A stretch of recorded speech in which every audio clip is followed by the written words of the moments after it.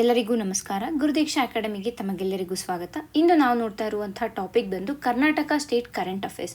ವಿವಿಧ ಪೇಪರ್ಗಳಲ್ಲಿ ಬಂದಿರುವಂತಹ ಕರ್ನಾಟಕಕ್ಕೆ ರಿಲೇಟ್ ಆಗಿರುವಂತಹ ಪ್ರಚಲಿತ ವಿದ್ಯಮಾನಗಳು ಏನಿರ್ತವೆ ಇವುಗಳನ್ನು ನಾವು both with respect to prelims and mains ನಾವು ನೋಡ್ತೀವಿ. ಮೊದಲು ಯಾವ ಯಾವ ಆರ್ಟಿಕಲ್ಗಳನ್ನು ನೋಡ್ತೀವಿ ಅಂತ ನೋಡಿ, ತದನಂತರ ಈ ದಿನದ ಆರ್ಟಿಕಲ್ಗಳನ್ನು ಇನ್ ಡೀಟೇಲ್ ನೋಡೋಣ. ಇವತ್ತು ನಾವು ನೋಡ್ತಾ ಇರುವಂತಹ ಆರ್ಟಿಕಲ್ಸ್ನ ಲಿಸ್ಟ್ ಇದೆ. ಮೊದಲಿಗೆ ಕರ್ನಾಟಕ ಸರ್ಕಾರ ರಚಿಸ್ತಾ ಇರುವಂತಹ ಒಂದು ರೋಹಿತ್ ವೆಮುಲಾ ಬಿಲ್ ಏನಿದೆ ಇದರ ಕುರಿತಾಗಿ ನಾವು ನೋಡ್ತೀವಿ. ಎರಡನೇದಾಗಿ ನೋಡಿದಾಗ BDA ಈ ಹರಾಜು ವ್ಯವಸ್ಥೆಯನ್ನು ಸುಧಾರಣೆಗೊಳಿಸೋಕ್ಕೆ ಮುಂದಾಗಿದೆ, ಅದರ ಕುರಿತಾಗಿ ನೋಡ್ತೀವಿ. ಮೂರನೇದಾಗಿ ನಾವು ನೋಡುವಂಥದ್ದು ಬಿ ರಿಸಾಲ್ವ್ ಇನಿಷಿಯೇಟಿವ್ ಬಗ್ಗೆ. ಸೊ ಇದರ ಬಗ್ಗೆ ನಾವು ಇನ್ಫಾರ್ಮೇಷನ್, ಹೊಸದಾದ ಒಂದು ಉಪಕ್ರಮವನ್ನು ಏನು ತರಬೇಕು ಅಂದ್ಕೊಂಡಿದ್ದಾರೆ ಅದರ ಕುರಿತಾಗಿ ನಾವು ನೋಡ್ತೀವಿ. ತದನಂತರ ಏನು ಅಂತಂದರೆ, ಬೆಂಗಳೂರಿನ ಸೈಂಟಿಸ್ಟ್ಗಳಿಂದರೆ, ವಿಜ್ಞಾನಿಗಳಿಂದರೆ, ಇವರು ಅಂಡಾಶಯದಲ್ಲಿ ಕಳೆದು ಹೋಗಿರುವಂಥ ಮೊಟ್ಟೆಗಳನ್ನು ನೈಸರ್ಗಿಕವಾಗಿ ಯಾವ ರೀತಿಯಾಗಿ ಉಳಿಸಬೇಕು ಅನ್ನುವಂಥ ಒಂದು ಟೆಕ್ನಾಲಜಿಯನ್ನು ಡೆವಲಪ್ ಮಾಡಿದ್ದಾರೆ, ಅದರ ಕುರಿತಾಗಿ ನೋಡ್ತೀವಿ. ಹಾಗೆಯೇ ಕರ್ನಾಟಕ ಸರ್ಕಾರ 1% welfare fee for gig workers ಏನಿದೆ ಇದನ್ನು ಜಾರಿಗೆ ತರ್ತಾ ಇದೆ. ಸೊ ಅದರ ಕುರಿತಾಗಿ ನೋಡ್ತೀವಿ. ಕೊನೆಯದಾಗಿ ಕರ್ತವ್ಯ ಮೊಬೈಲ್ ಆ್ಯಪ್ ಏನಿದೆ ಇದರ ಕುರಿತಾಗಿ ನಾವು ನೋಡ್ತೀವಿ. ಈಗ ಈ ದಿನದ ಆರ್ಟಿಕಲ್ಸ್ಗಳನ್ನು ನೋಡೋಣ. Rohith Vemula act against caste bias on campuses stuck in red tape. ಈ ಒಂದು ಆರ್ಟಿಕಲನ್ನು ನಾವು ಅರ್ಥ ಮಾಡ್ಕೋಬೇಕಂದ್ರೆ ಮೊದಲಿಗೆ ಇದರ ಬ್ಯಾಕ್ಗ್ರೌಂಡ್ ಏನು ಅಂತ ತಿಳ್ಕೊಬೇಕಾಗತ್ತೆ. 2016ರಲ್ಲಿ ಏನಾಗಿತ್ತು ಅಂತಂದರೆ, ಆಂಧ್ರ ಪ್ರದೇಶದ ಸೆಂಟ್ರಲ್ ಯೂನಿಟಿಯಿಂದ, ಅಂದರೆ ಹೈದರಾಬಾದಲ್ಲಿ ಇರುವಂಥ, ಆಂಧ್ರ ಪ್ರದೇಶ ಅಲ್ಲ, ತೆಲಂಗಾಣದ ಹೈದರಾಬಾದಲ್ಲಿ ಇರುವಂಥ ಸೆಂಟ್ರಲ್ ಯೂನಿವರ್ಸಿಟಿಯ PhD ಸ್ಟೂಡೆಂಟ್ ಆಗಿದ್ದರು ಯಾರು, ರೋಹಿತ್ ವೆಮುಲಾ ಅವರು. ಓಕೆನಾ. ಸೊ ಇವರು ಆತ್ಮಹತ್ಯೆ ಮಾಡಿಕೊಂಡಿದ್ದು ಆಗಿನ ಒಂದು ಕಾಲದಲ್ಲಿ ದೇಶದಾದ್ಯಂತ ಬಹುದೊಡ್ಡ ಒಂದು ಸಾಮಾಜಿಕ ಚರ್ಚೆಗೆ ಕೂಡ ಕಾರಣ ಆಗಿತ್ತು. ಸೊ ಇದರಿಂದ ಏನು ಗೊತ್ತಾಯಿತು, ಇವರೊಂದು ಆತ್ಮಹತ್ಯೆಯ ಒಂದು ಇನ್ವೆಸ್ಟಿಗೇಷನ್ ಮಾಡಿದಾಗ ಏನು ತಿಳಿತು ಅಂದರೆ, ಒಂದು, ಶಿಕ್ಷಣ ಸಂಸ್ಥೆಗಳಲ್ಲಿ ಜಾತಿ ಆಧಾರಿತವಾದ ಭೇದ ಭಾವ ನಡೀತಾ ಇದೆ, ಕ್ಯಾಸ್ಟ್ ಡಿಸ್ಕ್ರಿಮಿನೇಷನನ್ನು ನಾವು ಹೈಯರ್ ಎಜುಕೇಷನಲ್ಲಿ ನೋಡ್ತಾ ಇದ್ದೀವಿ ಅನ್ನುವಂಥದ್ದು ತಿಳಿತು. ಎರಡನೇದಾಗಿ ವಿದ್ಯಾರ್ಥಿಗಳ ಒಂದು ಮಾನಸಿಕ ಆರೋಗ್ಯ ಯಾವ ರೀತಿಯಾಗಿ ಮಾನಸಿಕ ಆರೋಗ್ಯ ವಿದ್ಯಾರ್ಥಿಗಳ ಮೇಲೆ ಪರಿಣಾಮ ಬೀಳ್ಬೋದು ಅನ್ನೋದರ ಕುರಿತಾಗಿ ಗೊತ್ತಾಯಿತು. ಹಾಗೆಯೇ ಸೋಷಿಯಲ್ ಜಸ್ಟಿಸ್ ಏನಿದೆ, ಸಾಮಾಜಿಕ ನ್ಯಾಯದ ಕ್ವೆಶನ್ಸ್ಗಳನ್ನು ಈ ಒಂದು ಪ್ರಕರಣ ಎತ್ತಿ ಹಿಡಿತು ಅಂತಲೇ ಹೇಳ್ಬೋದು. ಸೊ ಇದೇ ಒಂದು ಹಿನ್ನೆಲೆಯಲ್ಲೇ ಕರ್ನಾಟಕ ಸರ್ಕಾರ ಏನು ಮಾಡಿದೆ ಅಂತಂದರೆ, ರೋಹಿತ್ ವೆಮುಲಾ ಬಿಲ್ ಏನಿದೆ ಇದನ್ನು ತರಬೇಕು ಅಂತ ಡಿಸೈಡ್ ಮಾಡಿತ್ತು. ಆದರೆ ಏನಾಗ್ತಾ ಇದೆ ಅಂತಂದರೆ, ರೋಹಿತ್ ವೆಮುಲಾ ಬಿಲ್ ಏನು ಮಾತಾಡುತ್ತೆ ಅಂದರೆ, ಈ ಒಂದು ಏನು ಕಾಸ್ಟ್ ಡಿಸ್ಕ್ರಿಮಿನೇಷನ್ ನಡೆಯುತ್ತೆ ಹೈಯರ್ ಎಜುಕೇಷನ್ ಇನ್ಸ್ಟಿಟ್ಯೂಷನ್ಸ್ಗಳಲ್ಲಿ, ಇದನ್ನು ತಡೆಯೋದರ ಕುರಿತಾಗಿ ಈ ಒಂದು ರೋಹಿತ್ ವೆಮುಲಾ ಆ್ಯಕ್ಟ್ ಅಥವಾ ರೋಹಿತ್ ವೆಮುಲಾ ಬಿಲ್ ಮಾತಾಡುವಂಥದ್ದು.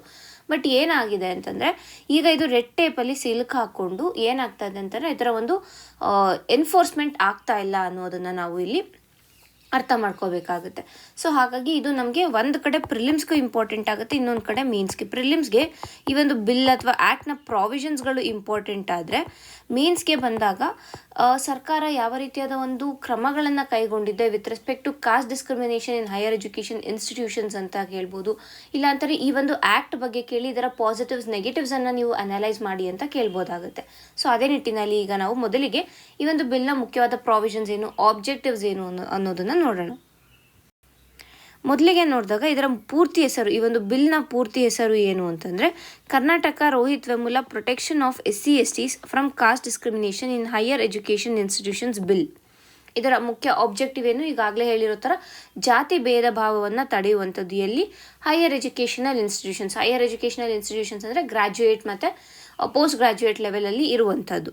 ಇನ್ನು ಈ ಒಂದು ಬಿಲ್ಲಲ್ಲಿ ಇರುವಂಥ ಮುಖ್ಯ ಪ್ರಾವಿಷನ್ಸ್ ಏನು ಅಂತ ನಾವು ನೋಡೋಕೆ ಹೋದರೆ, ಮೊದಲಿಗೆ ಏನು ಹೇಳುತ್ತೆ ಅಂತಂದರೆ, ಒಂದು ಆ್ಯಂಟಿ ಡಿಸ್ಕ್ರಿಮಿನೇಷನ್ ಕಮಿಟಿಯನ್ನು ಸ್ಥಾಪಿಸಬೇಕು ಅಂತ ಈ ಬಿಲ್ ಹೇಳುತ್ತೆ. ಓಕೆನಾ. ಅಂದರೆ ಪ್ರತಿಯೊಂದು ಕಾಲೇಜಿನಲ್ಲಿ, ವಿಶ್ವವಿದ್ಯಾಲಯದಲ್ಲಿ ಇದು ಕಡ್ಡಾಯವಾಗಿ ಆ್ಯಂಟಿ ಡಿಸ್ಕ್ರಿಮಿನೇಷನ್ ಕಮಿಟಿಯನ್ನು ನಾವು ಸ್ಥಾಪಿಸಬೇಕು. ತದನಂತರ ವಿದ್ಯಾರ್ಥಿ ಪ್ರತಿನಿಧಿಯನ್ನು ಉಪನ್ಯಾಸಕರು, ಆಡಳಿತ ಸದಸ್ಯರು ಎಲ್ಲ ಇದರ ಒಂದು ಮೆಂಬರ್ಗಳಾಗಿರಬೇಕು. ಅಂದರೆ ವಿದ್ಯಾರ್ಥಿಗಳಿಂದ ಕೂಡ ಏನು ಸ್ಟೂಡೆಂಟ್ ಪ್ರೆಸಿಡೆಂಟ್ ಇರ್ತಾರಲ್ಲ, ಸ್ಟೂಡೆಂಟ್ ರೆಪ್ರೆಸೆಂಟೇಟಿವನ್ನು ನಾವು ಈ ಒಂದು ಕಮಿಟಿಯಲ್ಲಿ ಕೊಡಬೇಕು ಅಂತ ಹೇಳ್ತಾ ಇದ್ದಾರೆ. ಎರಡನೇದಾಗಿ ನೋಡಿದಾಗ ಮಾನಸಿಕ ಆರೋಗ್ಯಕ್ಕೆ ಬೆಂಬಲ ನೀಡುವಂಥ ವ್ಯವಸ್ಥೆ, ಅಂದರೆ ಮೆಂಟಲ್ ಹೆಲ್ತ್ ಪ್ರೊವೈಡ್ ಮಾಡೋದಕ್ಕೆ ಬೇಕಾಗಿರುವಂಥ ವ್ಯವಸ್ಥೆಯನ್ನು ಕೊಡೋದು. ಅಂದರೆ ಫಾರ್ ಎಕ್ಸಾಂಪಲ್ ಈಗ ಕೌನ್ಸಿಲಿಂಗ್ಗಳನ್ನು ಕೊಡೋದಿರ್ಬೋದು, ಇಲ್ಲ 24/7 ಹೆಲ್ಪ್ಲೈನ್ಗಳನ್ನು ಇದು ಮಾಡೋದಿರ್ಬೋದು, ಮತ್ತು ಸ್ಯೂಸೈಡ್ಗಳನ್ನು ತಡೆಯೋದಕ್ಕೆ ಕ್ರಮಗಳನ್ನು ಕೈಗೊಳ್ಳೋದಿರ್ಬೋದು. ಈ ರೀತಿಯಾಗಿ ವ್ಯವಸ್ಥೆಗಳನ್ನು ಮಾಡಬೇಕು ಅಂತ.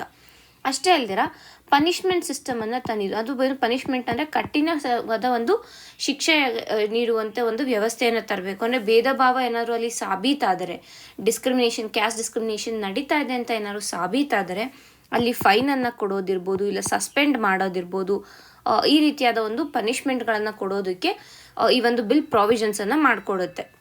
ಇನ್ನು ವಿತ್ ರೆಸ್ಪೆಕ್ಟ್ ಟು ಮೇನ್ಸ್ ನಾವು ನೋಡೋಕ್ಕೆ ಹೋದಾಗ ಮುಖ್ಯವಾಗಿ ಈ ಬಿಲ್ಲು ಯಾವ ರೀತಿಯಾಗಿ ಸಾಮಾಜಿಕ ನ್ಯಾಯವನ್ನು ಬಲಪಡಿಸುತ್ತೆ ಅನ್ನುವಂಥ ಕ್ವೆಶನ್ಸನ್ನು ಕೇಳ್ಬೋದು, ಇಲ್ಲ ಪ್ರಾವಿಷನ್ಸನ್ನು ಡೈರೆಕ್ಟಾಗಿ ಕೇಳ್ಬೋದು. ಇಲ್ಲ ಅಂತಂದರೆ ಸರ್ಕಾರ ಯಾವ ರೀತಿಯಾದ ಒಂದು ಕ್ರಮಗಳನ್ನು ಕೈಗೊಂಡಿದೆ ಅಂದಾಗ ಇದನ್ನು ಎಕ್ಸಾಂಪಲ್ ಆಗಿ ನಾವು ಕೋಟ್ ಮಾಡ್ಬೋದಾಗುತ್ತೆ. ಅಷ್ಟೇ ಅಲ್ದಿರ ನಮ್ಮ ಸಂವಿಧಾನದಲ್ಲಿ ಬರುವಂಥ ಮಾನವ ಹಕ್ಕು ಅಥವಾ ಮೂಲಭೂತ ಹಕ್ಕುಗಳೇನಿದೆ, ಫಂಡಮೆಂಟಲ್ ರೈಟ್ಸ್ ಏನಿದೆ, ಈ ಫಂಡಮೆಂಟಲ್ ರೈಟ್ಸ್ಗೂ ಕೂಡ ಈ ಬಿಲ್ಲು ಸಪೋರ್ಟ್ ಮಾಡುತ್ತೆ. ಫಾರ್ ಎಕ್ಸಾಂಪಲ್ ಆರ್ಟಿಕಲ್ 14 ಇರ್ಬೋದು, 15 ಇರ್ಬೋದು, 17, 21, 46 ಇವೆಲ್ಲವೂ ಕೂಡ ಈ ಒಂದು ಆ್ಯಕ್ಟ್ ಅಥವಾ ಈ ಒಂದು ಬಿಲ್ ಏನಿದೆ ಇದಕ್ಕೆ ಸಪೋರ್ಟ್ ಮಾಡುತ್ತೆ ಅಂತ ನಾವು ಹೇಳ್ಬೋದಾಗುತ್ತೆ. ಒಟ್ಟಾರೆಯಾಗಿ ನೋಡಿದಾಗ ಈ ಒಂದು ಏನು ಸಮಾನ ಶಿಕ್ಷಣ ಕೊಡಬೇಕು, ಈಕ್ವಲ್ ಎಜುಕೇಷನ್ ಕೊಡಬೇಕು ಅನ್ನೋದಿರ್ಬೋದು, ಇಲ್ಲ ಈಕ್ವಾಲಿಟಿಯನ್ನು ಮೇಂಟೈನ್ ಮಾಡೋದಿರ್ಬೋದು, ಇಲ್ಲ ಈಕ್ವಲ್ ಆಪರ್ಚುನಿಟೀಸನ್ನು ಕೊಡೋದಿರ್ಬೋದು, ಅದರ ಜೊತೆಗೆ ಜಾತಿಯ ಭೇದ ಭಾವವನ್ನು ತಡೆಯೋದಕ್ಕೆ ಎಲ್ಲದಕ್ಕೂ ಈ ಒಂದು ಬಿಲ್ ಅಥವಾ ಈ ಒಂದು ಆ್ಯಕ್ಟ್ ಏನಿದೆ ಇದು ಏನಂತೀವಿ, it is a very good step. So ಈ ಒಂದು ಏನು ರೆಡ್ ಟೇಪಲ್ಲಿ ಸಿಲ್ಕೊಂಡು ಇದು ನಿಂತು ಹೋಗ್ತಾ ಇದೆ, ಇದರ ಒಂದು ಎನ್ಫೋರ್ಸ್ಮೆಂಟ್ ಡಿಲೇ ಆಗ್ತಾ ಇದೆ, ಅದನ್ನು ಸದ್ಯಕ್ಕೆ ಈಗ ನಾವು ನಿಲ್ಲಿಸಬೇಕು ಅಂತ ಕೂಡ ಇಲ್ಲಿ ಅರ್ಥ ಮಾಡ್ಕೋಬೇಕಾಗುತ್ತೆ. ಸೊ ಇಷ್ಟು ಈ ಒಂದು ಆರ್ಟಿಕಲ್ ಆಯಿತು. ಮುಂದಿನ ಒಂದು ಆರ್ಟಿಕಲನ್ನು ನಾವು ನೋಡೋಣ. BDA revamps e-auction communication with the help of citizen collective. Bengaluru ಅಭಿವೃದ್ಧಿ ಪ್ರಾಧಿಕಾರ ಏನಿದೆ, ಬೆಂಗಳೂರು ಡೆವಲಪ್ಮೆಂಟ್ ಅಥಾರಿಟಿ ಏನಿದೆ, ಇದು ನಗರಾಭಿವೃದ್ಧಿ ಯೋಜನೆ ಇರ್ಬೋದು, ನಿವೇಶನದ ಹಂಚಿಕೆ ಇರ್ಬೋದು, ಹರಾಜು ಮುಂತಾದ ಕಾರ್ಯಗಳನ್ನು ಇದು ನಿರ್ವಹಿಸ್ಕೊಂಡು ಬಂದಿರುವಂಥದ್ದು. ಬಟ್ ಏನು ಪ್ರಾಬ್ಲಮ್ ಇಲ್ಲಿ ಅಂತಂದರೆ, ಒಂದು ಭ್ರಷ್ಟಾಚಾರ, ಕರೆಕ್ಟಾ, ಎಲ್ಲೋದ್ರೂ ಕರಪ್ಷನ್ ಇದ್ದೇ ಇದೆ. ಎರಡನೇದಾಗಿ ನೋಡಿದಾಗ ಇಲ್ಲೀಗಲ್ ಆಗಿ ಹಂಚಿಕೆ ಮಾಡುವಂಥದ್ದು, ಇಲ್ಲೀಗಲ್ ಆಗಿ ಇವುಗಳನ್ನು ಡಿಸ್ಟ್ರಿಬ್ಯೂಟ್ ಮಾಡ್ತಾ ಇರೋಂಥದ್ದು, ಅಂದರೆ ಅಕ್ರಮವಾಗಿ ಹಂಚಿಕೆ ಮಾಡೋದು. ತದನಂತರ ಏನು, ಟ್ರಾನ್ಸ್ಪರೆನ್ಸಿಯ ಕೊರತೆ ಇದೆ, ಪಾರದರ್ಶಕತೆ ಇಲ್ಲ. ಆ ಒಂದು ಪ್ರಾಸೆಸ್ಸಲ್ಲಿ ಟ್ರಾನ್ಸ್ಪರೆನ್ಸಿ ಇಲ್ಲದೆ ಇರುವಂಥ ಕಾರಣ ಏನಾಗ್ತಾ ಇದೆ ಅಂತಂದರೆ ಹಲವಾರು ಪ್ರಾಬ್ಲಮ್ಗಳಾಯಿತು. ಸೊ ಅದನ್ನು ನಿವಾರಿಸೋದಕ್ಕೆ ಈಗ ಈ ಹರಾಜು ವ್ಯವಸ್ಥೆಯನ್ನು ತಂದಿರೋದು ಅಥವಾ ಈ ಆಕ್ಷನ್ ವ್ಯವಸ್ಥೆಯನ್ನು ತಂದಿರುವಂಥದ್ದು ಅಂತ ಅರ್ಥ ಮಾಡ್ಕೋಬೇಕಾಗತ್ತೆ. ಸೊ ಈ ಒಂದು ಈ ಆಕ್ಷನ್ ಒಂದು ಫೆಸಿಲಿಟಿ ಏನಿದೆ ಇದನ್ನು BDA ಜೊತೆಗೆ ಝೆನ್ ಕಲೆಕ್ಟಿವ್ ಝೆನ್ ಸಿಟಿಸನ್ ಅನ್ನುವಂಥ ಒಂದು ಸಿಟಿಸನ್ ಕಲೆಕ್ಟಿವ್ ಎರಡೂ ಸೇರಿ ಇದನ್ನು ಡೆವಲಪ್ ಮಾಡಿರುವಂಥದ್ದು.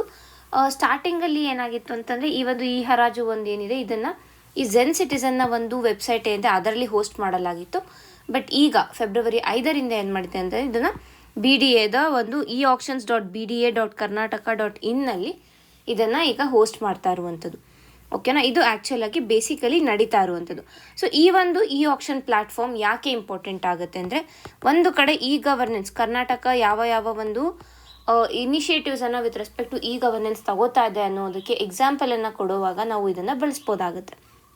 ಇನ್ನು ಈ ಒಂದು ಆಕ್ಷನ್ ಬಗ್ಗೆ ಅಥವಾ ಆಕ್ಷನ್ನ ಒಂದು ವೆಬ್ಸೈಟ್ ಬಗ್ಗೆ ನಾವು ನೋಡೋದಾದರೆ, ಒಂದು ಇದರಿಂದ 100% ಏನು ವ್ಯವಸ್ಥೆ ಏನಿದೆ, ಹರಾಜಿನ ವ್ಯವಸ್ಥೆ ಇದೆ, ಇದು 100% ಡಿಜಿಟಲ್ ಆಗಿರುತ್ತೆ. ಸೊ ಇದರಿಂದ ಏನಾಗುತ್ತೆ, ಡಿಜಿಟಲ್ ಅಂದ ತಕ್ಷಣ ಇಲ್ಲಿ ಮುಖ್ಯವಾಗಿ ಕರಪ್ಷನನ್ನು ರೆಡ್ಯೂಸ್ ಮಾಡ್ಬೋದು. ಅಷ್ಟೇ ಅಲ್ದಿರ ಈ ಒಂದು ಪ್ಲ್ಯಾಟ್ಫಾರ್ಮಲ್ಲಿ ಇಂಟ್ರಾಕ್ಟಿವ್ ಮ್ಯಾಪ್ಗಳಿರ್ಬೋದು, ಸರ್ಚ್ ಫಿಲ್ಟರ್ಗಳಿರ್ಬೋದು, ಇವುಗಳೆಲ್ಲ ಇರೋದ್ರಿಂದ ನೇರವಾಗಿ ಅಲ್ಲೇ ನೋಡಿ ಏನು ಜಾಗಗಳನ್ನು ನೋಡಿ ಇದು ಮಾಡ್ಕೋಬೋದಾಗುತ್ತೆ, ಹರಾಜಿನಲ್ಲಿ ಪಾರ್ಟಿಸಿಪೇಟ್ ಮಾಡ್ಬೋದಾಗುತ್ತೆ. ಸೊ ಇದನ್ನು ನಾವು ನೋಡಿದ್ರೆ ಹಳೆಯ ಒಂದು ಪ್ರಾಸೆಸನ್ನು ನಾವು ನೋಡೋಕ್ಕೆ ಹೋದರೆ ಅಲ್ಲಿ PDF ಇದು ಮಾಡೋದಿರ್ಬೋದು, ಮತ್ತು ಪೇಪರ್ಗಳಲ್ಲಿ ಆಕ್ಷನ್ಗಳಿಗೆ ಇದನ್ನು ಕೊಡೋದು, ಅಡ್ವರ್ಟೈಸ್ಮೆಂಟ್ಸ್ ಕೊಡೋದಿರ್ಬೋದು.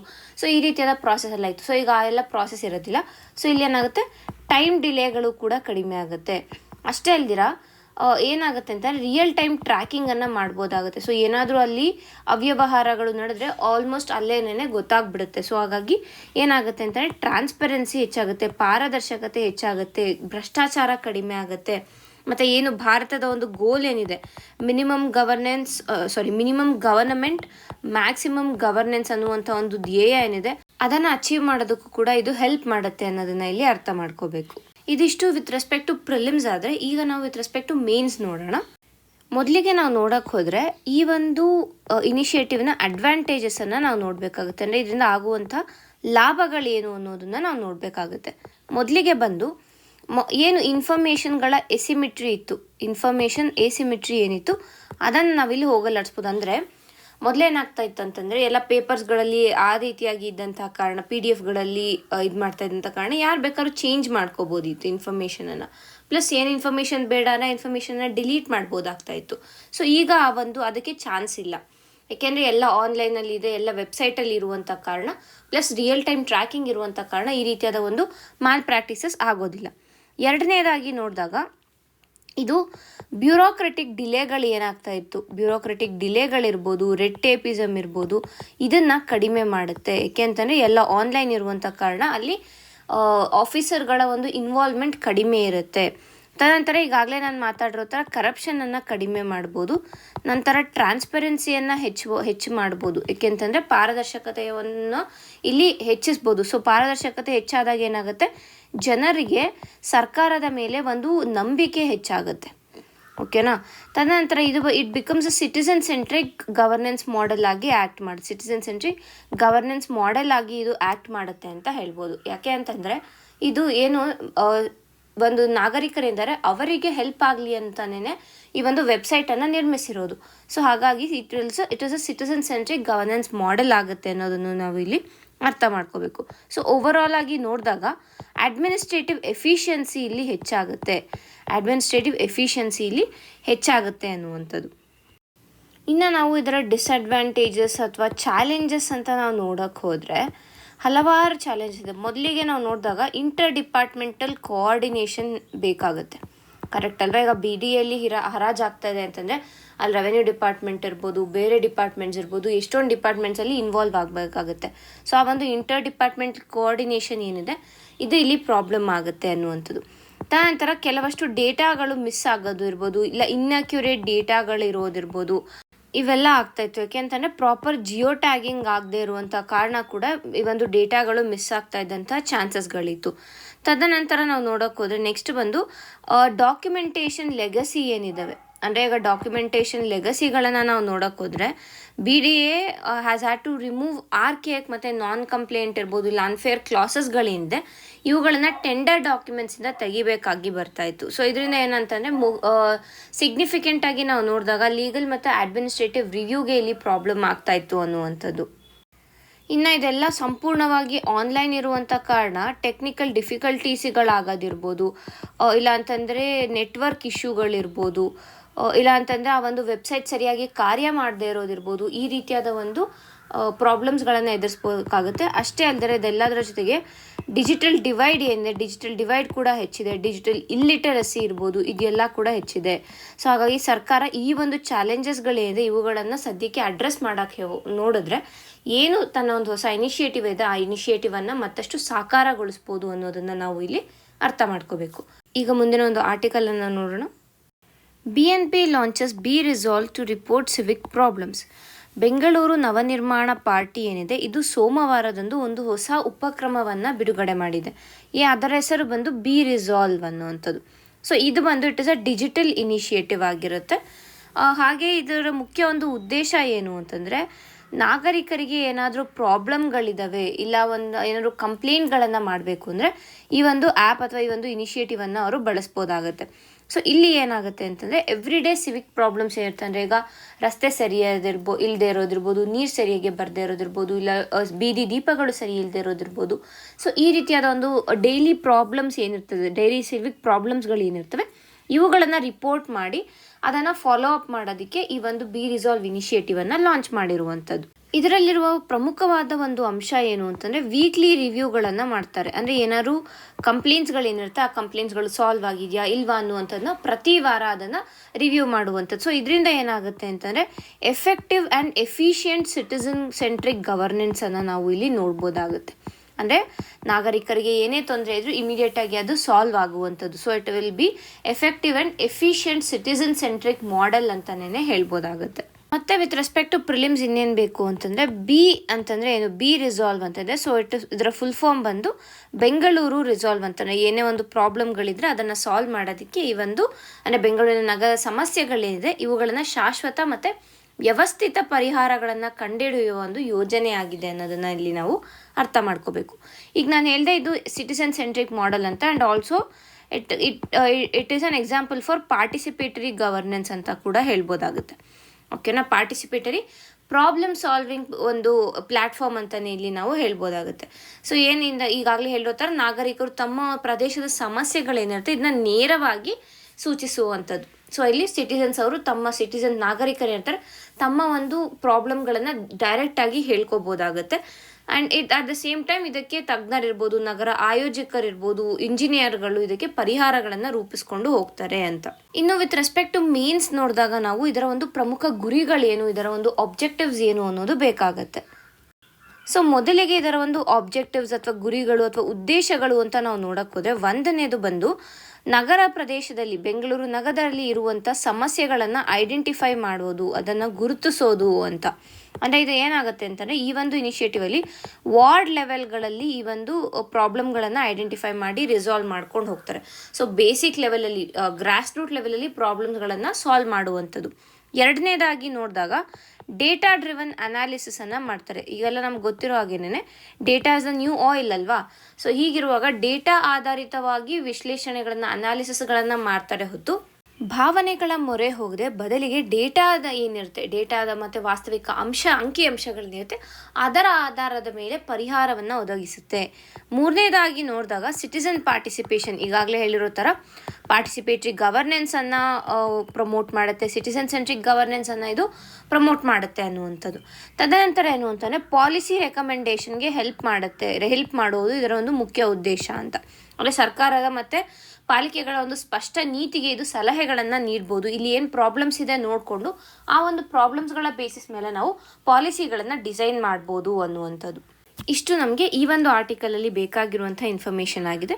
ಇನ್ನು ನಿಮ್ಗೆ ಏನಾದ್ರು ಮೇನ್ಸ್ ಪಾಯಿಂಟ್ ಆಫ್ ವ್ಯೂ ಬೇಕು ಅಂತಂದರೆ ಈ ಒಂದು ಇಮೇಜಲ್ಲಿ ಇದೆ, ನೀವು ಅದನ್ನ ಸ್ಕ್ರೀನ್ಶಾಟ್ ತೊಗೋಬೋದಾಗುತ್ತೆ. ಈಗ ಮುಂದಿನ ಒಂದು ಆರ್ಟಿಕಲನ್ನು ನೋಡೋಣ. Bengaluru scientist explore way to save eggs naturally lost inside the ovary. So ಇಲ್ಲಿ ಏನಾಗಿದೆ ಅಂದರೆ, ಬೆಂಗಳೂರು ಮೂಲದ ವಿಜ್ಞಾನಿಗಳು ಏನು ಮಾಡಿದ್ದಾರೆ ಅಂದರೆ, ಅಂಡಾಶಯದಲ್ಲಿ ಸಹಜವಾಗಿ ನಾಶವಾಗುವಂತಹ ಅಂಡಾಣುಗಳನ್ನು ಯಾವ ರೀತಿಯಾಗಿ ಉಳಿಸಬೇಕು ಅನ್ನುವಂಥ ಒಂದು ಹೊಸ ಮಾರ್ಗವನ್ನು ಅನ್ವೇಷಿಸಿದ್ದಾರೆ. ಸೊ ಅದರ ಕುರಿತಾಗಿ ನಾವು ಇಲ್ಲಿ ನೋಡ್ತಾ ಇದ್ದೀವಿ. ಇದು ನಮ್ಮ ಸೈನ್ಸ್ ಆ್ಯಂಡ್ ಟೆಕ್ ಟಾಪಿಕ್ಗೆ ಬಹಳನೇ ಇಂಪಾರ್ಟೆಂಟ್ ಆಗುತ್ತೆ.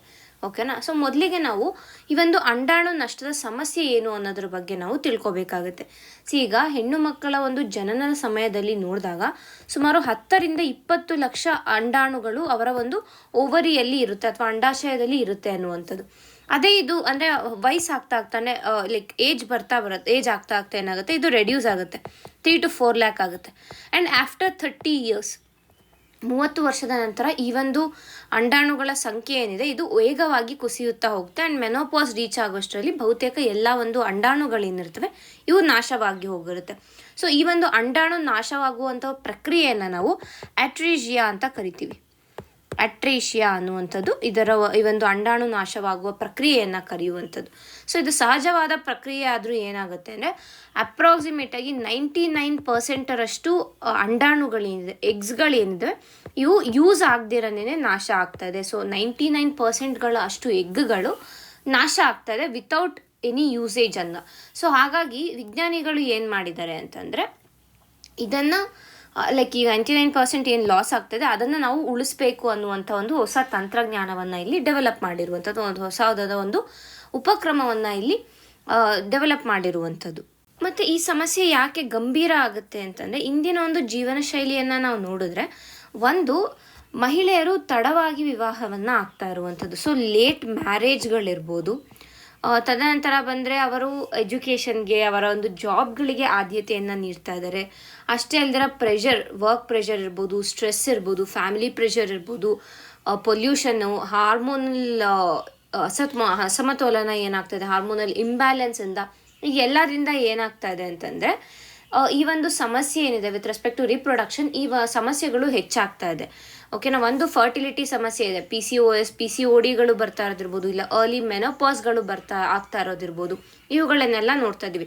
ಸೊ ಈ ಹಿನ್ನೆಲೆಯಲ್ಲೆಲ್ಲ ನಾವು ನೋಡಿದಾಗ ಏನಾಗುತ್ತೆ ಅಂತಂದರೆ, ಅಂಡಾಣುಗಳ ಒಂದು ಪ್ರಿಸರ್ವೇಷನ್ ಇದೆ ಅಥವಾ ಅಂಡಾಣುಗಳನ್ನು ಉಳಿಸುವ ಒಂದು ವಿಧಾನ ಏನಿದೆ, ಇಟ್ ವಾಸ್ ವೆರಿ ಇಂಪಾರ್ಟೆಂಟ್ ಅಂತ. ಸೊ ಅದೇ ಒಂದು ದೃಷ್ಟಿಯಲ್ಲಿ ಬೆಂಗಳೂರಿನ Indian council of agricultural research, national institute of animal nutrition, ಐಕಾರ್ನ ಐಕಾರಲ್ಲಿ ಬರುವಂತಹ NIANP ಏನಿದೆ ಇದು ಡೆವಲಪ್ ಮಾಡಿರುವಂಥದ್ದು. ಟೆಕ್ನಾಲಜಿಯ ಹೆಸರು ಬಂದು ಪ್ರೀ ಆಂಟ್ರಲ್ ಫಾಲಿಕಲ್ ಟೆಕ್ನಾಲಜಿ ಅಂತ.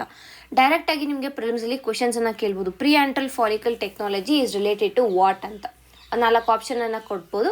ಅಥವಾ pre antral follicle technology recently seen in news is related to which of the following ಅಂತ ಕೇಳ್ಬೋದಾಗುತ್ತೆ. ಸೊ ಅದು ಕೂಡ ನಮಗೆ ಇಂಪಾರ್ಟೆಂಟ್. ಸೊ ಇಲ್ಲಿ ಏನಾಗುತ್ತೆ, ಈ ಒಂದು ಪ್ರೀ ಆಂಟ್ರಲ್ ಫಾಲಿಕಲ್ ಟೆಕ್ನಾಲಜಿಯಲ್ಲಿ ಏನು ಮಾಡ್ತಾರೆ ಅಂತಂದರೆ ಜೈವಿಕವಾಗಿ ಯಾವ ರೀತಿಯಾಗಿ ಅಂಡಾಣುಗಳನ್ನು ಉಳಿಸಿಕೊಳ್ಬೋದು ಅನ್ನೋದ್ರ ಕುರಿತಾಗಿ ಈ ಒಂದು ಟೆಕ್ನಾಲಜಿ ಮಾತಾಡುತ್ತೆ. ಓಕೆನಾ. ಸೊ ಈ ಒಂದು ಅಧ್ಯಯನದಲ್ಲಿ ಏನು ಗೊತ್ತಾಗಿದೆ ಅಂದರೆ ಒಂದು ನಿರ್ದಿಷ್ಟ ಕೋಶ ಸಂಜ್ಞಾ ವ್ಯವಸ್ಥೆ ಸಿಕ್ಕಿದೆ. ಅಂದರೆ ಒಂದು ಸೆಲ್ ಸಿಗ್ನಲಿಂಗ್ ಪಾತ್ವೆಯನ್ನು ಇವರು ಹುಡುಕಿದ್ದಾರೆ. ಓಕೆನಾ, ಪತ್ತೆ ಹಚ್ಚಿದ್ದಾರೆ. ಸೊ ಈ ಒಂದು ಮಾರ್ಗವನ್ನು ನಿಯಂತ್ರಿಸಿದರೆ ಅಥವಾ ತಡೆದರೆ ಏನಾಗುತ್ತೆ, ಅಂಡಾಣುಗಳ ಒಂದು ಜೀವಿತಾವಧಿ ಏನಿದೆ ಇವುಗಳನ್ನು ವಿಸ್ತರಿಸಬಹುದು ಅನ್ನೋದನ್ನ ಕೂಡ ಇಲ್ಲಿ ಅವರು ಕಂಡುಹಿಡಿದಿದ್ದಾರೆ.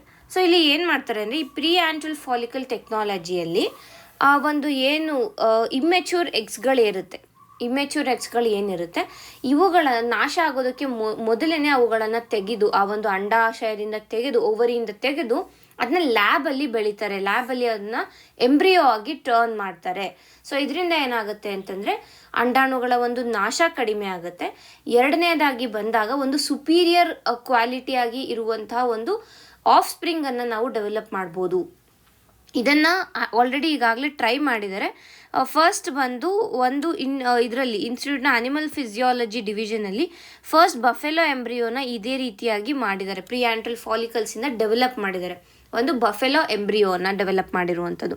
ಅದೇ ರೀತಿಯಾಗಿ ಫ್ರೀಸಿಂಗ್ ಟೆಕ್ನಿಕ್ಗಳನ್ನು ಬಳಸಿ ಒಂದು ಶೀಪ್ ಎಂಬ್ರಿಯೋನ ಕೂಡ ಅವರು ಡೆವಲಪ್ ಮಾಡಿದ್ದಾರೆ as a part of Indo-Hungary collaborative project.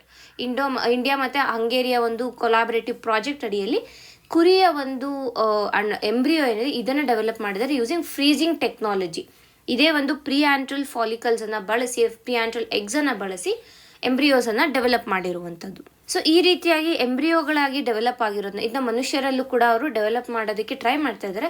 So ಅದೇ ರೀತಿಯಾಗಿ ಡೆವಲಪ್ ಆದಾಗ ಏನಾಗುತ್ತೆ ಅಂದರೆ ಅದನ್ನು ನಾವು IVF ಟೆಕ್ನಾಲಜಿಗಳೇನಿದೆ, ಇಲ್ಲಾಂದರೆ ಟೆಕ್ನಾಲಜಿಗಳೇನಿದೆ, ಅಸಿಸ್ಟೆಡ್ ರೀಪ್ರೊಡಕ್ಟಿವ್ ಟೆಕ್ನಾಲಜೀಸ್, ಇವುಗಳ ಮುಖಾಂತರ ನಾವು ರೀಪ್ರೊಡಕ್ಷನನ್ನು ಮತ್ತೆ ಮುಂದುವರಿಸ್ಬೋದು. ಸೊ ಏನು ಈ ಒಂದು ಲೇಟ್ ಮ್ಯಾರೇಜಸ್ ಕಾರಣದಿಂದ PCOS ಇಂದ ಇರ್ಬೋದು, ಹಾರ್ಮೋನಲ್ ಇಂಬ್ಯಾಲೆನ್ಸಿಂದ ಇರ್ಬೋದು, ಫರ್ಟಿಲಿಟಿಯ ಒಂದು ಸಮಸ್ಯೆಗಳಾಗ್ತದೆ, ಅದನ್ನು ಇದರಿಂದ ತಡಿಬೋದು ಅನ್ನೋದನ್ನು ನಾವು ಇಲ್ಲಿ ಅರ್ಥ ಮಾಡ್ಕೋಬೇಕು. So it is a very good Discovery in science and technology ಅಂತ ನಾವು ಅರ್ಥ ಮಾಡ್ಕೋಬೇಕಾಗತ್ತೆ.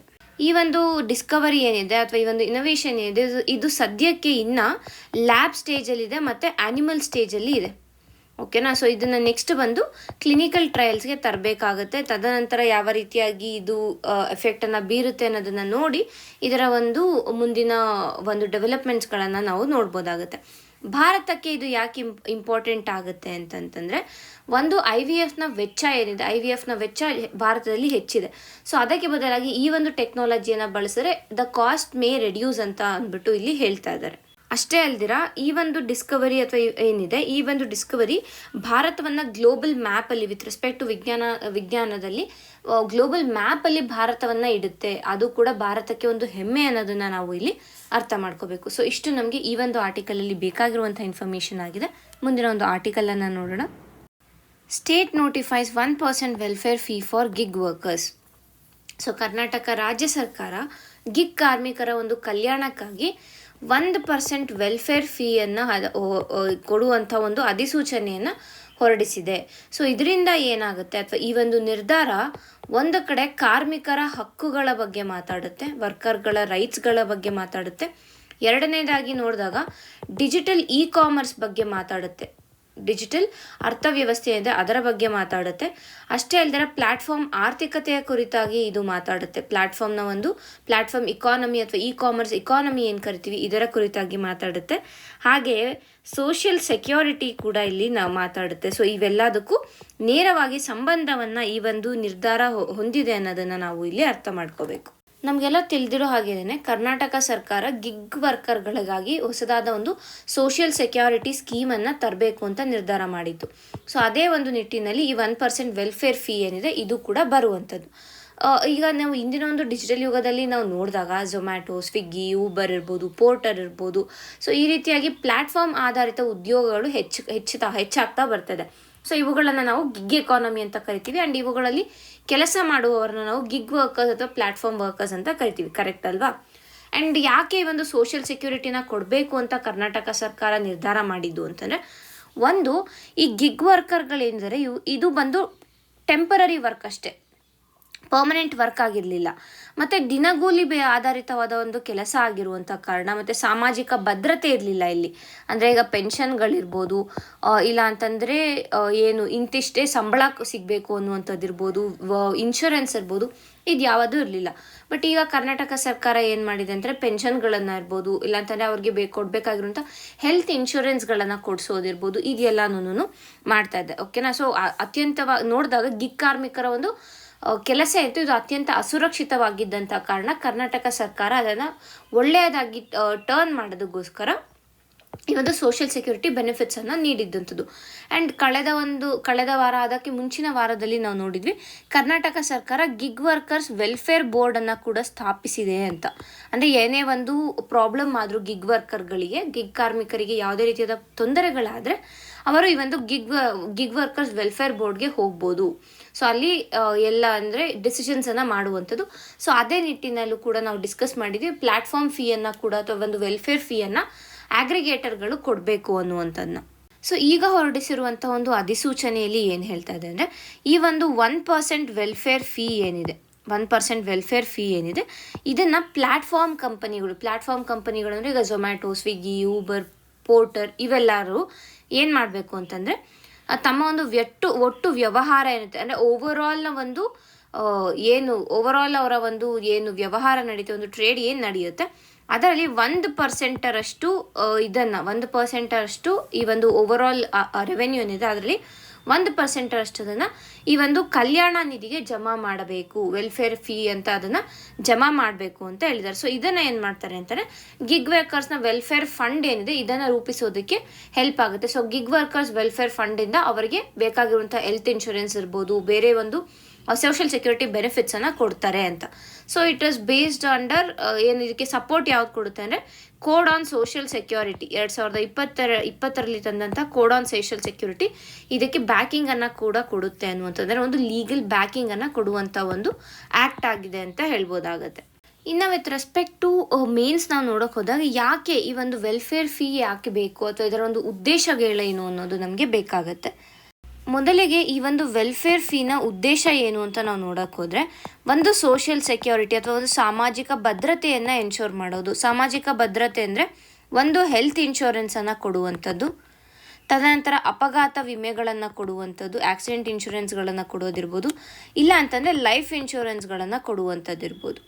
ಓಕೆನಾ? ಎರಡನೇದಾಗಿ ನೋಡಿದಾಗ ಓಲ್ಡ್ ಏಜ್ ಪ್ರೊಟೆಕ್ಷನನ್ನು ಅಂದರೆ ನಿವೃತ್ತಿಯ ಒಂದು ಭದ್ರತೆಯನ್ನು ನೀಡುವಂಥದ್ದು. ನಿವೃತ್ತಿ ಹೊಂದಿದ ನಂತರ ಅವರಿಗೆ ಪಿಂಚಣಿಯನ್ನು ಕೊಡುವಂಥದ್ದಿರ್ಬೋದು, ಪೆನ್ಷನನ್ನು ಕೊಡುವಂಥದ್ದಿರ್ಬೋದು, ಇಲ್ಲ ಅಂತಂದರೆ ಸೇವಾ ನಂತರದ ಒಂದು ನೆರವನ್ನು ಕೊಡುವಂಥದ್ದಿರ್ಬೋದು ಮಾಡೋದು. ಮತ್ತು ಮೂರನೇದಾಗಿ ನೋಡಿದಾಗ ಅವರ ಒಂದು ಕುಟುಂಬದ ಪ್ರೊಟೆಕ್ಷನ್, ಅವರ ಒಂದು ಫ್ಯಾಮಿಲಿ ಪ್ರೊಟೆಕ್ಷನ್ ಅಥವಾ ಒಂದು ಕುಟುಂಬದ ರಕ್ಷಣೆಯನ್ನು ಮಾಡುವಂಥದ್ದು. ಫಾರ್ ಎಕ್ಸಾಂಪಲ್ ಡೆತ್, ಏನಾದ್ರು ಅವರು ಕೆಲಸ ಮಾಡುವಾಗ ಮರಣವನ್ನು ಹೊಂದಿದ್ರೆ ಅವರಿಗೆ ಕಾಂಪೆನ್ಸೇಷನನ್ನು ಕೊಡೋದಿರ್ಬೋದು, ಇಲ್ಲ ಅವರ ಮಕ್ಕಳ ಎಜುಕೇಷನ್ಗೆ ಒಂದು ಕಾಂಪೆನ್ಸೇಷನನ್ನು ಕೊಡೋದಿರ್ಬೋದು. ಇದು ಎಲ್ಲದರ ಜೊತೆಗೆ ಕೌಶಲ್ಯಾಭಿವೃದ್ಧಿಯನ್ನು ಮಾಡೋದಕ್ಕೆ ಕೂಡ ಹೆಲ್ಪ್ ಮಾಡುವಂಥದ್ದು. ಸೊ ಸ್ಕಿಲ್ ಡೆವಲಪ್ಮೆಂಟ್ಗೆ, ಏಕೆ ಅಂತಲೇ ಅವರಿಗೆ ತರಬೇತಿಗಳನ್ನು ಕೊಡೋದಿರ್ಬೋದು, ಸ್ಕಿಲ್ ಅಪ್ಗ್ರೇಡೇಷನ್ಗಳನ್ನು ಮಾಡೋದಿರ್ಬೋದು, ಇವುಗಳನ್ನು ಮಾಡೋದಕ್ಕೆ ಕೂಡ ಈ ಒಂದು ವೆಲ್ಫೇರ್ ಫೀಯನ್ನು ಬಳಸುವಂಥದ್ದು. ನಂತರ ಇದು ಗಿಗ್ ಕಾರ್ಮಿಕರಿಗೆ ಯಾವ ರೀತಿಯಾಗಿ ಒಂದು ಲಾಭವನ್ನು ಕೊಡುತ್ತೆ, ಅಡ್ವಾಂಟೇಜಸ್ ಟು ಗಿಗ್ ವರ್ಕರ್ಸ್ ಏನು ಅಂತ ನಾವು ನೋಡಬೇಕಾಗುತ್ತೆ. ಒಂದನೇದಾಗಿ ನೋಡಿದಾಗ ಅವರಿಗೆ ಸೋಷಿಯಲ್ ಸೆಕ್ಯೂರಿಟಿ ಬೆನಿಫಿಟ್ಸ್ಗಳು ದೊರೆಯುತ್ತೆ, ಕರೆಕ್ಟಾ? ಎರಡನೇದಾಗಿ ನೋಡಿದಾಗ ಅವರ ಒಂದು ಔಟ್ ಆಫ್ ಪಾಕೆಟ್ ಎಕ್ಸ್ಪೆಂಡಿಚರ್ ಏನಿದೆ ವಿತ್ ರೆಸ್ಪೆಕ್ಟ್ ಟು ಹೆಲ್ತ್ ಇರ್ಬೋದು ಅಥವಾ ಮಕ್ಕಳೊಂದು ಎಜುಕೇಷನ್ ಇರ್ಬೋದು, ಅದನ್ನು ಇಲ್ಲಿ ನಾವು ರೆಡ್ಯೂಸ್ ಮಾಡ್ಬೋದು. ಮೂರನೇದಾಗಿ ನೋಡಿದಾಗ ಅವರ ಒಂದು ಜೀವಕ್ಕೆ ಇಲ್ಲಿ ಭದ್ರತೆಯನ್ನು ಕೊಡ್ತಾ ಇದ್ದಾರೆ, ಸೇಫ್ಟಿ ಆ್ಯಂಡ್ ಪ್ರೊಟೆಕ್ಷನನ್ನು ಇಲ್ಲಿ ಒದಗಿಸ್ತಾ ಇದ್ದಾರೆ ಅನ್ನೋದನ್ನು ಅರ್ಥ ಮಾಡ್ಕೋಬೇಕು. ಓವರಾಲ್ ಆಗಿ ನೋಡಿದಾಗ ಅವರಿಗೆ ಸೊಸೈಟಿಯಲ್ಲಿ ಒಂದು ಸೋಷಿಯಲ್ ರೆಸ್ಪೆಕ್ಟನ್ನು ಕೊಡೋದಕ್ಕೆ ಈ ಒಂದು ವೆಲ್ಫೇರ್ ಫೀ ಹೆಲ್ಪ್ ಮಾಡ್ತಾ ಇದೆ ಅನ್ನೋದನ್ನು ಇಲ್ಲಿ ನಾವು ಅರ್ಥ ಮಾಡ್ಕೋಬೇಕು. ಸೊ ಇಲ್ಲಿ ಎಷ್ಟು ಫೀಗಳನ್ನು ಪೇ ಮಾಡಬೇಕು ಅನ್ನೋದರ ಒಂದು ಸ್ಕ್ರೀನ್ಶಾಟನ್ನು ನಾವು ಹಾಕಿದ್ದೀವಿ. ಸೊ ಇಲ್ಲಿ ನೀವು ನೋಡ್ಬೋದು ದ್ವಿಚಕ್ರ ವಾಹನಗಳೇನಾದರೂ ಸೇವೆಗಳಿಗೆ ದ್ವಿಚಕ್ರ ವಾಹನಗಳನ್ನು ಬಳಸ್ತಾ ಇದ್ದಾರೆ ಅಂತಂದರೆ ಸುಮಾರು 1% ಸೇವಾ ಶುಲ್ಕ, ಅದರ ಸರ್ವಿಸ್ ಫೀ ಒಂದಿರುತ್ತೆ, 1% ಇರುತ್ತೆ. ಬಟ್ ಅದರ ಗರಿಷ್ಠ ಮಿತಿ ಏನಿದೆ ಪ್ರತಿ ವಹಿವಾಟಿಗೆ 50 ಪೈಸೆ ಅಷ್ಟು ರೂಪಾಯಿ ಏನಿದೆ ಅದನ್ನು ವೆಲ್ಫೇರ್ ಫೀಗೆ ಅವರು ಕಟ್ಟಬೇಕು ಅನ್ನುವಂಥದ್ದು. ಸೊ ಈ ಒಂದು ಸ್ಕ್ರೀನ್ಶಾಟನ್ನು ನೀವು ತಗೋಬೋದಾಗತ್ತೆ, ಬಿಕಾಸ್ ಅದನ್ನ ಸಮ್ಟೈಮ್ಸ್ ಎಕ್ಸ್ಪೆಕ್ಟ್ ಮಾಡ್ಬೋದು, ಇಲ್ಲಾಂತ ನಮಗೆ ಆನ್ಸರ್ ರೈಟಿಂಗಲ್ಲಿ ಅದನ್ನ ಬಳಸೋದಕ್ಕೆ ಇರ್ಬೋದು, ಅದಕ್ಕೆ ಯೂಸ್ ಆಗುತ್ತೆ ಅನ್ನೋವಂಥ ಒಂದು ಕಾರಣದಿಂದ. ಇನ್ನು ಚಾಲೆಂಜಸ್ಗಳೇನು, ಈಗ ಯಾವುದೇ ಒಂದು ಇನಿಷಿಯೇಟಿವನ್ನು ಸ್ಟಾರ್ಟ್ ಮಾಡ್ತಾ ಇದ್ವಿ ಅಂದರೆ ಅಲ್ಲಿ ಕೆಲವಷ್ಟು ಸವಾಲುಗಳನ್ನು ಎದುರಿಸಬೇಕಾಗತ್ತೆ. ಸೊ ಮೊದಲನೇದಾಗಿ ನಾವು ನೋಡಿದಾಗ ಇಲ್ಲಿ ಗಿಗ್ ವರ್ಕರ್ಗಳು ಯಾರು ಅನ್ನುವಂಥರ ಒಂದು ಐಡೆಂಟಿಫಿಕೇಷನ್ನ ಒಂದು ಪ್ರಾಬ್ಲಮ್ಗಳು ಆಗಬಹುದು. ಓಕೆನಾ. ಎರಡನೇ ತಂಗೆ ಬಂದಾಗ ಅಗ್ರಿಗೇಟರ್ ಅಥವಾ ಪ್ಲ್ಯಾಟ್ಫಾರ್ಮ್ಗಳೇನಿರ್ತಾರೆ, ಈ ಪ್ಲ್ಯಾಟ್ಫಾರ್ಮ್ ಕಂಪನಿಗಳು ಈ ಒಂದು ರೂಲ್ಸನ್ನು ಫಾಲೋ ಮಾಡ್ತಾರೆ ಅನ್ನೋದು ಚಾಲೆಂಜ್ ಆಗುತ್ತೆ. ಅಂದರೆ ಅವ್ರು ಫಾಲೋ ಮಾಡ್ತಾರಾ ಇಲ್ಲ ಅಂತಾರೆ, ಅಲ್ಲೂ ಏನಾದರೂ ಅಡ್ಡದಾರಿಗಳನ್ನು ಹಿಡಿತಾರ, ಇವುಗಳನ್ನು ನಾವು ನೋಡಬೇಕಾಗುತ್ತೆ. ಅದು ಒಂದು ಚಾಲೆಂಜ್. ತದನಂತರ ಏನು ಅಂದರೆ ಈ ಒಂದು ವೆಲ್ಫೇರ್ ಫಂಡನ್ನು ಏನು ನಾವು ಕ್ರಿಯೇಟ್ ಮಾಡ್ತೀವಿ ಅಂತ ಹೇಳಿದರೆ ಇಲ್ಲಿ ಟ್ರಾನ್ಸ್ಪರೆನ್ಸಿ ಇಶ್ಯೂ ಬರುತ್ತೆ. ಅದನ್ನ ಯಾವ ರೀತಿಯಾಗಿ ಯೂಸ್ ಮಾಡ್ತಾ ಇದ್ದಾರೆ ಅನ್ನೋದರ ಒಂದು ಟ್ರಾನ್ಸ್ಪರೆನ್ಸಿ ಇಶ್ಯೂ ಬರಬಹುದು. ಸೊ ಇಷ್ಟು ನಮಗೆ ಈ ಒಂದು ಆರ್ಟಿಕಲಲ್ಲಿ ಬೇಕಾಗಿರುವಂಥ ಇನ್ಫಾರ್ಮೇಷನ್ ಆಗಿದೆ. ಮುಂದಿನ ಒಂದು ಆರ್ಟಿಕಲನ್ನು ನೋಡೋಣ. ಇಂದಿನಿಂದ ಆ್ಯಪ್ನಲ್ಲಿ ಕರ್ತವ್ಯ ಹಾಜರಾತಿ. ಸೊ ಕರ್ನಾಟಕ ಸರ್ಕಾರ ಹೊಸದಾಗಿ ಒಂದು ಮೊಬೈಲ್ ಆ್ಯಪನ್ನು ಪರಿಚಯಿಸಿದೆ. ಸೊ ಅದರ ಹೆಸರು ಬಂದು ಕರ್ತವ್ಯ ಅಂತ. ಓಕೆನಾ. ಸೊ ಈ ಒಂದು ಮೊಬೈಲ್ ಆ್ಯಪ್ ಏನಿದೆ ಇದು ಸರ್ಕಾರಿ ನೌಕರರ ಹಾಜರಾತಿ ವ್ಯವಸ್ಥೆಗಾಗಿ ನಿರ್ಮಿಸಿರುವಂಥ ಒಂದು ಆ್ಯಪ್ ಆಗಿದೆ. ಯಾರಿಗೆ? ಸರ್ಕಾರಿ ನೌಕರರು, ಗೌರ್ಮೆಂಟ್ ಎಂಪ್ಲಾಯೀಸ್, ಎಸ್ಪೆಷಲಿ ಈ ಒಂದು ಏನು ಪರ್ಮನೆಂಟ್ ಟೀಚರ್ಸ್ಗಳು ಏನಿರ್ತಾರೆ ಇವರಿಗಾಗಿ ಇದನ್ನು ಸದ್ಯಕ್ಕೆ ಯೂಸ್ ಮಾಡ್ತಾ ಇರುವಂಥದ್ದು. ಸೊ ಈ ಒಂದು ಆ್ಯಪ್ ಏನಿದೆ ಇದು ಡಿಜಿಟಲ್ ಗವರ್ನೆನ್ಸ್ ಇರ್ಬೋದು, ಇಲ್ಲ ಒಂದು ಅಡ್ಮಿನಿಸ್ಟ್ರೇಷನ್ ರಿಫಾರ್ಮ್ಸನ್ನು ತರೋದಕ್ಕೆ, ಆಡಳಿತದಲ್ಲಿ ಸುಧಾರಣೆಯನ್ನು ತರೋದಕ್ಕೆ ಇರ್ಬೋದು, ಇಲ್ಲ ಸಮಯವನ್ನು ಪಾಲಿಸೋದಕ್ಕೆ ಮತ್ತು ಪಾರದರ್ಶಕತೆ, ಇವೆಲ್ಲದರ ಅಂಶಗಳನ್ನು ಒಂದೇ ವೇದಿಕೆಯಲ್ಲಿ ಹೊಂದಿರುವಂತಹ ಆ್ಯಪ್ ಇದಾಗಿದೆ, ಆ ಒಂದು ಅಪ್ಲಿಕೇಶನ್ ಇದಾಗಿದೆ ಅನ್ನುವಂಥದ್ದು. ಓಕೆನಾ. ಯಾಕೆ ಈ ಒಂದು ಆ್ಯಪನ್ನು ತಂದರು ಅಂತ ನಾವು ನೋಡೋಕೆ ಹೋದರೆ, ಸಾಂಪ್ರದಾಯಿಕವಾಗಿ ನಾವು ನೋಡಿದಾಗ ಸರ್ಕಾರಿ ಕಚೇರಿಗಳಲ್ಲಿ ಅಥವಾ ಸ್ಕೂಲ್ಗಳಲ್ಲಿ ನಾವು ನೋಡಿದ್ರೆ ಏನಾಗುತ್ತೆ, ಇಟ್ ವಾಸ್ ಮ್ಯಾನ್ಯುವಲ್ ಅಟೆಂಡೆನ್ಸ್. ಕರೆಕ್ಟಾ? ಅವ್ರು ಹೋದರೆ ಅಲ್ಲಿ ಅಟೆಂಡೆನ್ಸ್ ಹಾಕೋದು, ಇಲ್ಲ ಅಂತಂದರೆ ಇಲ್ಲ, ಮ್ಯಾನ್ಯುವಲ್ ಅಟೆಂಡೆನ್ಸ್ ಇದ್ದಂಥದ್ದು. ಓಕೆನಾ.